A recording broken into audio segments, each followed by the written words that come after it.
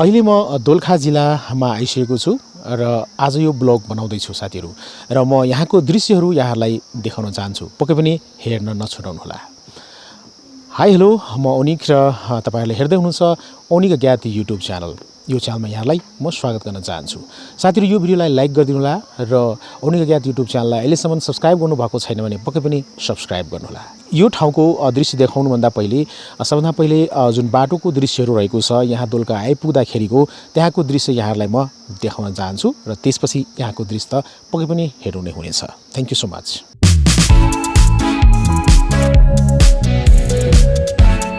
घरबाट केही घण्टाको यात्रापछि खुर्कोट आइपुगेको छु। तपाईले अहिले चाहिँ खुर्कोटको दृश्य देख्दै हुनुहुन्छ साथीहरू।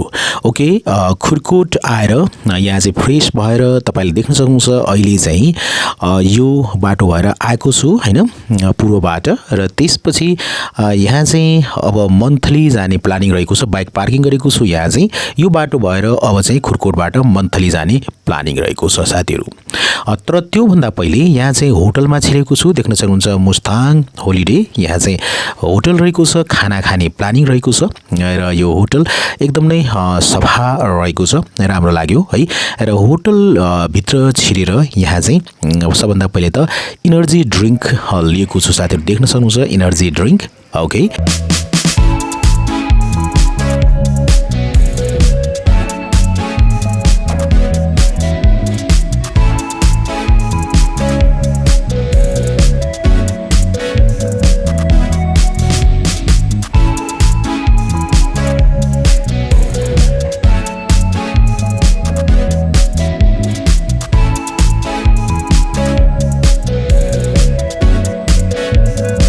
एनर्जी ड्रिंक लिसकेपछि खाना खाने यहाँ चाहिँ बेला भएको छ। देख्न सक्नुहुन्छ एकदम नै खानाको परिकार यहाँ रहेको छ प्लेटमा। देख्न सक्नुहुन्छ एकदम सजिएको छ। र त्यसपछि खाना खाएँ, एकदमै मिठो लाग्यो खाना चाहिँ यो होटलमा चाहिँ। र त्यसपछि साथीहरू यहाँ चाहिँ यात्रा सुरु भयो, मन्थली जाने यात्रा सुरु भयो। लगभग मन्थली खुर्कोटबाट 15 किलोमिटरको दूरीमा रहेको छ। ओके, सो अब चाहिँ यहाँ चाहिँ मन्थली जाने बाटोतिर म लाग्दैछु। खुर्कोटबाट चाहिँ देख्न सक्नुहुन्छ यहाँ प्रहरीको भ्यान पनि लागिरहेको छ र खुर्कोटको दृश्य रहेको छ। अब खुर्कोटबाट चाहिँ मन्थली जाने प्लानिङ रहेको छ यो बाटो भएर। तपाईले अहिले चाहिँ अब यो बाटोको दृश्य देख्न सक्नुहुन्छ। तलतिर ओर्लिनु पर्छ साथीहरू। र तलतिर बाट यात्रा सुरु भइसकेपछि साथीहरू यहाँ चाहिँ यस्तो पुल देख्न सक्नुहुन्छ। यो चाहिँ सिन्धुली र रामेछापको बोर्डरको रूपमा रहेको छ। वारी सिन्धुली रहेको छ भने पुलको पारी चाहिँ रामेछाप रहेको छ। यो पुल चाहिँ एकदमै रमाइलो पुल, नदी देख्न सक्नुहुन्छ। ओके,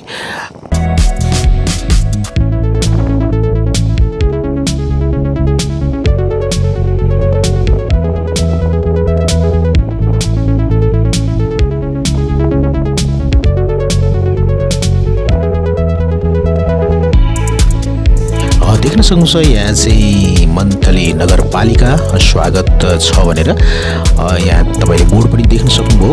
र यो बाटो हुँदै अब चाहिँ मन्थली तिर लाग्दैछु साथीहरू। ओके,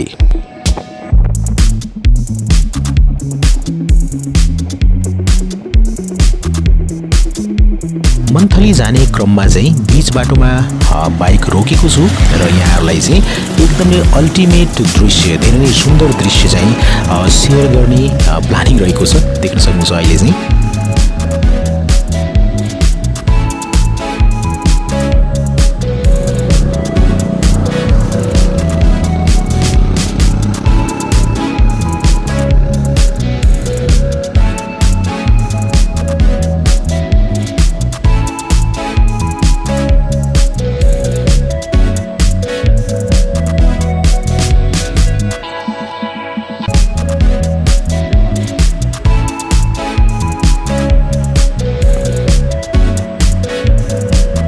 पक्कै पनि यहाँहरूलाई यो मन्थली जाने क्रममा चाहिँ बीच बाटोमा दृश्य लिएको छु। केही घण्टापछि साथीहरू यात्रापछि यहाँ चाहिँ म चाहिँ मन्थली पुगिसकेको छु।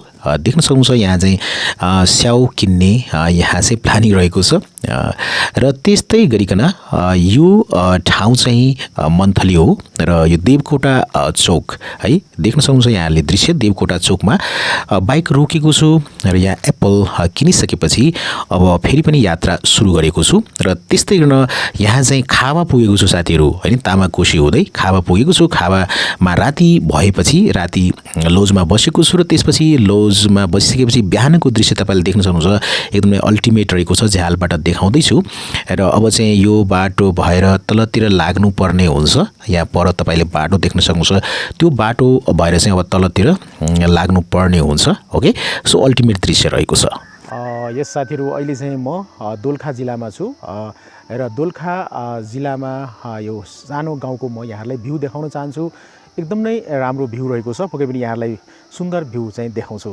जस्तै कि यहाँ चाहिँ लगभग 4:30 बज्दाखेरि सूर्य अस्त भएको भान हुन्छ यहाँ देख्न सक्नुहुन्छ यतातिर ओके सो डाँडा रहेको छ र अहिले सूर्य यहाँ चाहिँ तल गइसकेको छ भित्र लुकिसकेको छ र यहाँ चाहिँ यो सूर्य अस्त भइसकेको यहाँ महसुस भइरहेको छ तर सनसेट त भएको छैन पक्कै पनि तर यहाँ चाहिँ त्यस्तो प्रकारको भान भइरहेको छ साथीहरु जस्तै तपाईले यहाँको दृश्य देख्न सक्नुहुन्छ यहाँ चाहिँ एकदमै अल्टिमेट दृश्य रहेको छ एरिना छोरी पनि यहाँ हुनुहुन्छ र यहाँ देख्न सक्नुहुन्छ यहाँ यो साइडमा चाहिँ अपोजिट साइडमा चाहिँ घाम उदाइरहेको तपाईले देख्न सक्नुहुन्छ ओके यहाँ चाहिँ घाम उदाइरहेको देख्न सक्नुहुन्छ ओके र त्यस्तै न यहाँ चाहिँ यो साइडतिर फर्केर हेर्यौं भने यहाँ देख्न सक्नुहुन्छ अहिले चाहिँ सूर्य पहाड भित्र लुकिरहेको छ र यहाँ चाहिँ यो ठाउँमा चाहिँ सूर्यास्त भएको महसुस भइरहेको साथीहरु ठीक 4:30 बजे यस्तो चाहिँ हुँदो रहेछ लगभग यस्तो मौसममा चाहिँ यो बेलामा चाहिँ ओके सो म यहाँलाई ब्याक गरेर देखाउन चाहन्छु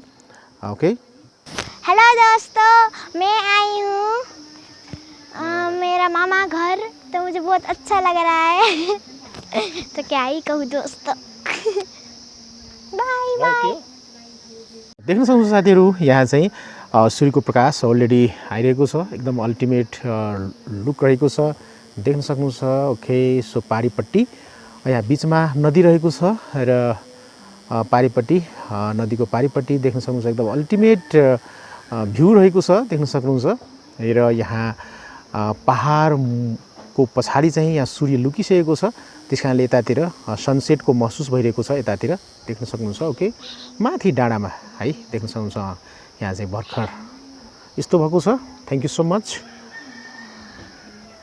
हस् साथीहरु यो सानो भिडियोमा यति मात्रै यो भिडियो यहाँहरुलाई कस्तो लाग्यो पक्कै पनि आफ्नो विचारहरु कमेन्ट बक्समा लेख्नु होला यो भिडियोलाई लाइक गरिदिनु होला यो च्यानललाई अहिलेसम्म सब्स्क्राइब गर्नुभएको छैन भने पक्कै पनि सब्स्क्राइब गरेर हामीलाई सपोर्ट गर्नु होला तपाईहरुको समय एकदमै नै शुभ होस् भन्दै आजको यो भिडियोबाट म बिदा लिन चाहन्छु टेक केयर गुड बाइ जय नेपाल